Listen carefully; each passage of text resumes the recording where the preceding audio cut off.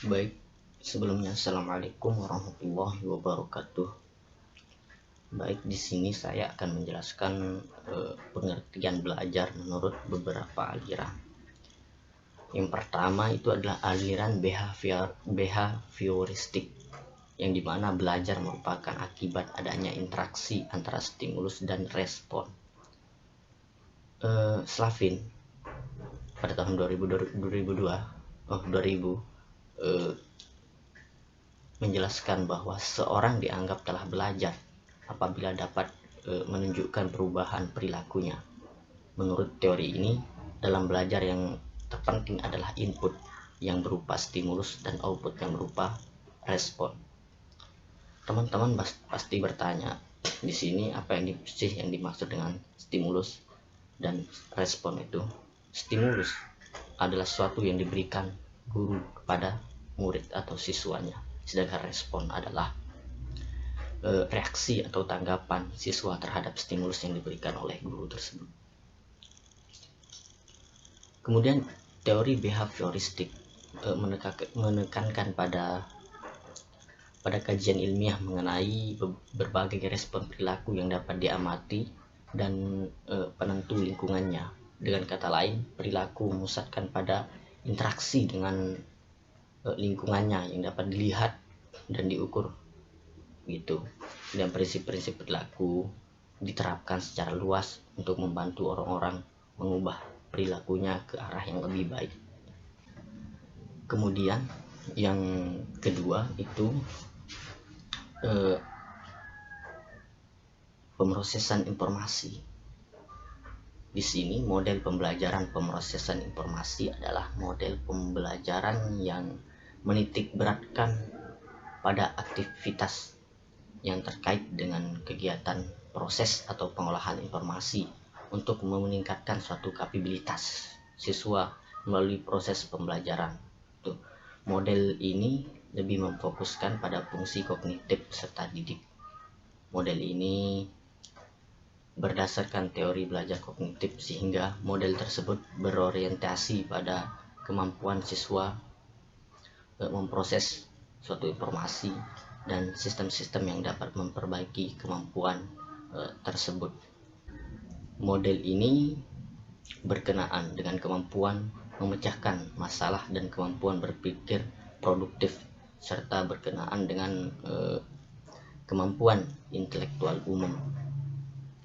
Kemudian belajar menurut teori ini bukan hanya dapat diamati melalui suatu perubahan perilaku ya, melainkan juga perubahan struktur mental internal seseorang yang memberikan kapasitas padanya untuk menunjukkan perilaku. Kemudian yang ketiga itu adalah teori skema dan muatan kognitif. Pertama, menurut teori skema ini, seluruh pengetahuan diorganisasikan menjadi unit-unit. Di dalam unit-unit pengetahuan ini disimpanlah informasi, sehingga skema dapat dimaknai sebagai suatu deskripsi umum atau suatu sistem konseptual untuk memahami pengetahuan tentang bagaimana pengetahuan itu dinyatakan atau pengetahuan itu diterapkan. Kemudian menurut teori ini, pengetahuan tidak dapat ditransfer begitu saja dari pikiran guru kepada pikiran siswa. Artinya, siswa harus aktif secara mental membangun struktur pengetahuannya berdasarkan kematangan kognitif yang dimilikinya. Kemudian teori muatan kognitif, yaitu teori yang mempelajari tentang bagaimana kognitif seseorang berkembang dan hal apa saja yang merupakan muatan kognitif dalam memori kerja seseorang ketika melakukan kegiatan belajar. Adapun pembagian muatan kognitif, yang pertama itu muatan kognitif intrinsik, dan kedua muatan kognitif ekstrinsik, kemudian muatan kognitif Jerman. Kemudian yang keempat itu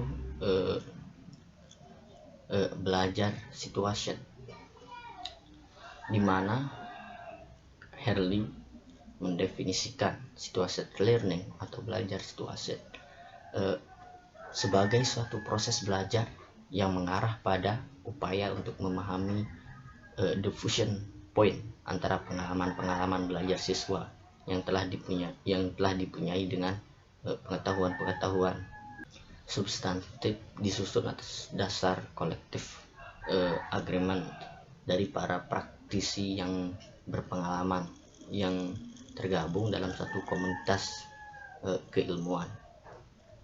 Kemudian pengertian situated learning ini melibatkan beberapa unsur penting, yaitu yang pertama, setiap individu adalah unik. Kemudian setiap sasaran yang ingin dicapai dalam proses belajar.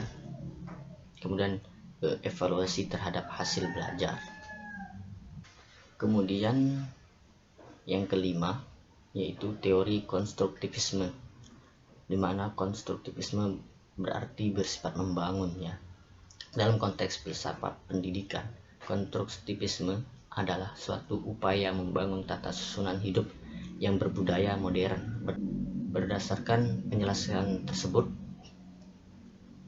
bahwa konstruktivisme merupakan sebuah teori yang sifatnya membangun dari segi kemampuan pemahaman dalam proses pembelajaran. Adapun perspektif dalam konstruktivisme, yang pertama itu konstruktivisme ekogenius, mengacu pada pemikiran bahwa penguasaan pengetahuan mempresentasikan sebuah konstruksi ulang dari struktur-struktur yang berada dalam dunia eksternal. Kemudian yang kedua itu konstruktivisme endogenus, menekankan pada koordinasi tindakan-tindakan yang sebelumnya bukan secara langsung dari informasi lingkungan. Karena itu pengetahuan bukanlah cerminan dari dunia luar yang diperoleh melalui pengalaman pengajaran atau interaksi sosial. Dan yang ketiga adalah konstruktivisme dialektikal, berpendapat bahwa pengetahuan tidak hanya dapat diperoleh melalui sekolah, akan tetapi bisa juga didapatkan melalui saling berinteraksi sesama teman, guru, tetangga, dan bahkan lingkungan sekitar kita. Baik, mungkin hanya ini yang dapat saya sampaikan.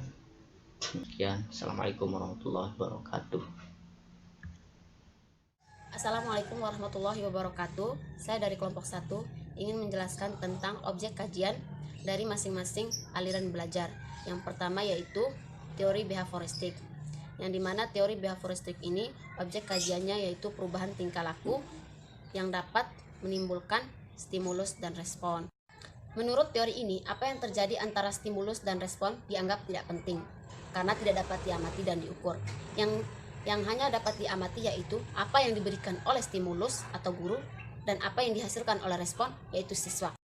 Karena teori ini lebih mengutamakan pengukuran, sebab pengukuran merupakan hal yang penting untuk melihat suatu terjadinya perubahan tingkah laku. Teori behavioristik ini lebih memandang individu dari sisi jasmaninya dan mengabaikan aspek-aspek mental. Dengan kata lain, teori ini tidak mengakui kecerdasan, bakat, minat, serta perasaan individu dalam proses belajar. Yang kedua yaitu teori kognitif. Teori kognitif yaitu teori yang lebih mementingkan proses belajar ketimbang hasil belajar. Teori ini mengatakan bahwa proses belajar tidak hanya menghadirkan stimulus dan respon, melainkan harus adanya tingkah laku seseorang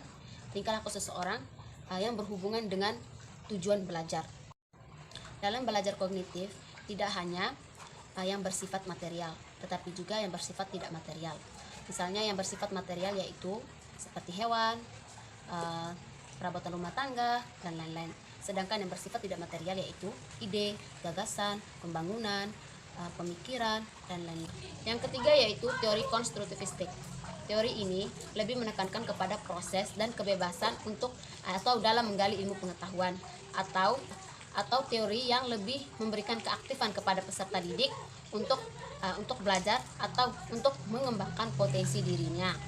Adapun prinsip-prinsip teori konstruktivistik yaitu yang pertama, pengetahuan itu digali oleh siswa itu sendiri. Yang kedua, pengetahuan itu tidak dapat dipindahkan dari guru ke siswa kecuali adanya keaktifan dari siswa. Yang keempat yaitu pemrosesan informasi. Belajar menurut teori ini tidak hanya dapat dilihat dari perubahan perilaku, melainkan juga dilihat dari struktur mental seseorang. Dalam teori ini menjelaskan bahwa memori manusia itu sama halnya seperti komputer yang dapat menyimpan dan mendapatkan informasi, yang kemudian informasi itu dia kelola, dia ubah baik bentuknya maupun isinya, kemudian disimpan dan menghadirkannya kembali ketika informasi atau ketika ia butuhkan.